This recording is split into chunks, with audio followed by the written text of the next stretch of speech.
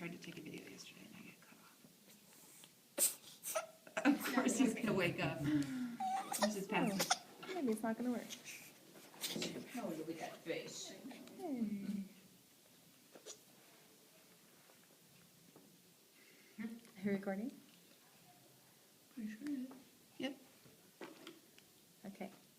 I'm Tracy with Get Quiet Nights, and I am a sleep coach. Oh, he woke up. I'm a sleep coach, and what I do is I teach parents how to teach babies how to sleep all night. I brought all of you a magnet that I'll pass out at the end. A lot of people ask me if I did this sleep coaching to my children, and they always expect me to say, "Oh yes, and it worked out great." And the answer is actually no. I didn't do any sleep coaching with any of my children when they were young babies because I didn't know. I didn't know how to do it. My doctor said to do Cry It Out. And so when my oldest, who is now 15, when she was 1, we did Cry It Out with her. Oh, it was 3 hours of crying the first night, 2 hours of crying the second night, 1 hour of crying the third night, and lots of crying on my part. And my husband's like, we can do it, we can do it. Now, did that cause damage in her brain? The studies that they did in orphanages I think it was in Romania, when those children didn't get attended to over and over and over again, that affected their brain development, absolutely. Did my 3 days of Cry It Out affect my child's brain development? I don't know. Maybe, maybe not. But I was a stay-at-home mom, and so I was reassured that all of the extra attention that I was giving her all the time would have undone any even possible damage that would have happened from the Cry It Out. So she's grown up, and she's totally fine. All of my kids are totally fine. I didn't do gentle sleep coaching with them, and they're totally fine. But it would have been so much easier and so much less stressful on me and on them had I known how to do these gentle measures. So, what is gentle? Gentle is when you're being responsive as you're helping your baby learn, helping their bodies to go through the natural process of learning how to sleep coach, of learning how to develop sleep skills. How did I get into sleep coaching? Well, my youngest, he's now 6, and he's in grade 1. Well, so about 2.5 years ago, I was visiting with some family in Canada, and my sister-in-law does sleep coaching. And we were talking to her about what I was going to do with myself now that my youngest was about to go off to school next year. If I'm a stay-at-home mom, am I still going to stay home, do the laundry, get the dishes done? What am I going to do with myself? Maybe I should get a job. But who's going to want to hire someone who's been at home with their children for the last 13 years?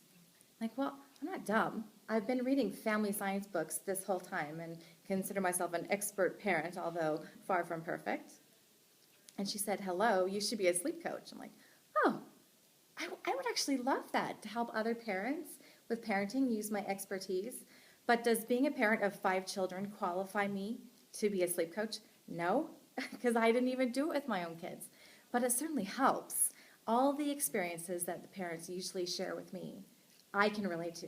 They did Cry It Out with their first child, but that's not working for their second child. Yeah, I can relate. I've done Cry It Out. I'm co-sleeping and I don't want to be. I have been there. I'm waking up multiple times a night having to feed my child back to sleep because nursing back to sleep works. Yeah, I have been there. I've done most of the things that people tell me about. I have done it. I got training with Kim West. So before I could become a sleep coach, I had to get some serious training. Kim West is a clinical and family psychologist that specializes in sleep. She's like the sleep guru in the United States. And she wrote the book, Good Night, Sleep Tight. This one right here. She wrote this book, Good Night, Sleep Tight. This is her. This is Kim West. And she's amazing. And so she started a very comprehensive gentle sleep coach training program so that we could get these gentle methods into the hands of more parents, because most doctors are still saying, Cry it out. And a lot of moms don't want to do that, understandably. And so I took her course. It was expensive and time intensive, and I had to read a lot. I had to read almost every single sleep book that had ever been written so that I know what the other moms are reading. I know what is being offered and out there. And I got to take classes from doctors, I took a class from a doctor specializing in OSA, that's obstructional sleep apnea.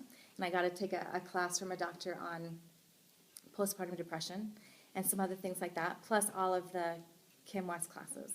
And I got to do it from home. It was totally great. I did that intensely, and I learned how to become a sleep coach. And then I started to do it for free so that I could practice. And so we call that pro bono. You've heard that term. So I did a bunch of pro bono sleep coaching assignments, and I was really good at it.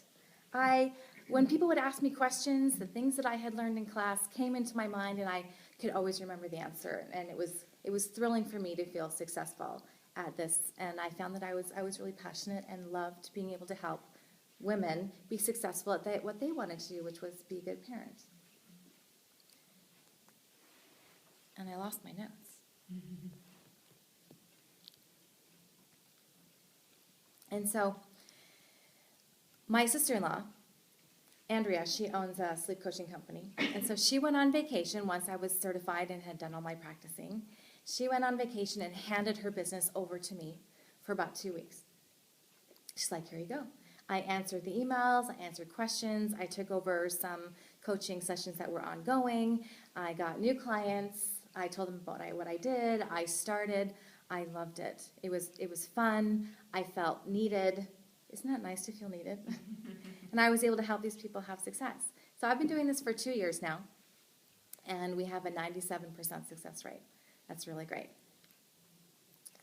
It's not 100% because we take on medical cases, and sometimes there's stuff in there that you just have to go back to your doctor about. I don't tell anyone I won't help them. I'll do my best and use all of my training and experience to help parents get as far as they want to go, and I'll work with you as long as you want to be worked with. I once had a family of 6 kids not sleeping. It was a niece of mine from up in Canada, and she says, I have a friend who needs you desperately. I'm like, all right, let me talk to her. She had 6 kids, and every night, 5 of her kids would end up in bed with her by the morning. And the only reason it wasn't 6 kids in bed was because there wasn't room for the 6th child, so whoever was the last one to try to climb in bed with them, they were out of luck. And so she couldn't afford me, and so I did her for free, just to show that I could. I took on that challenge, and so she Facebooked about it for me, and we talked a lot. We had a lot of follow-ups. We discussed each child one at a time. We started with the youngest because that's easier. Do the youngest ones first. And then by the end of about 6 weeks, we had all 6 of her kids sleeping through the night. She had her bed back to herself. This woman hadn't had sleep in like 13 years. Her youngest was 15 months, I'm trying to remember, 15 months, and her oldest was 13. And so we did them all. Normally, I work with children 4.5 months to 5 years old. But I've done a few 8-year-olds.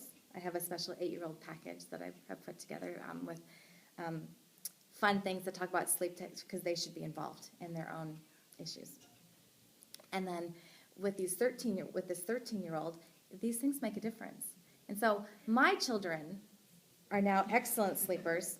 They know what a sleep window is, and they know what a cortisol rush is, and they are able to identify these things in their own bodies and have a lot of self-awareness because we talk about it. 2 minutes, thanks. My philosophy is to be as gentle as possible, that you don't have to be harsh, to look at the child's needs, to take a whole look approach at what's going on. We need to look at the environment, the habits, the timing of the bedtime, how much sleep do they need, are they getting enough naps, all those sorts of things. When parents of children under 4 months contact me, and I talk to lactation consult groups with the hospitals, and there's a lot of newborns in there, and they're very stressed about all of the books telling them not to develop these bad sleep crutch habits. And what I say to them is they're not habits. They're not bad habits. They're blessings. Your first priority is eating and sleeping when they're under 4 months old. Sometimes it's surviving. And so if you have something that works, you should use it. And then at 4 months, there's a major developmental milestone that goes on, and this baby is about to go through it if he hasn't already. where the vision changes and he can see you from further away. And he's learning to start to roll over. Is he doing that yet? Yeah. And he's more perceptive and therefore more distractible. And so things are really interesting. So often it's harder to get the naps. It's harder to get him to focus on eating. And when he wakes up in the middle of the night, he's very excited about his life. Speaking of eating. Is he hungry? I'm going to hand him over to you. And so I try to tell these moms to not be guilty and to use these things, to use these things that work. And when you think that you're ready to teach them sleep skills and you think that they're ready to learn sleep skills, that's when you start. And we can take it slow or we can take it fast. It depends on the temperament of your baby. So I'm Tracy from Get Quite Nice, and I'm a sleep coach. Nice.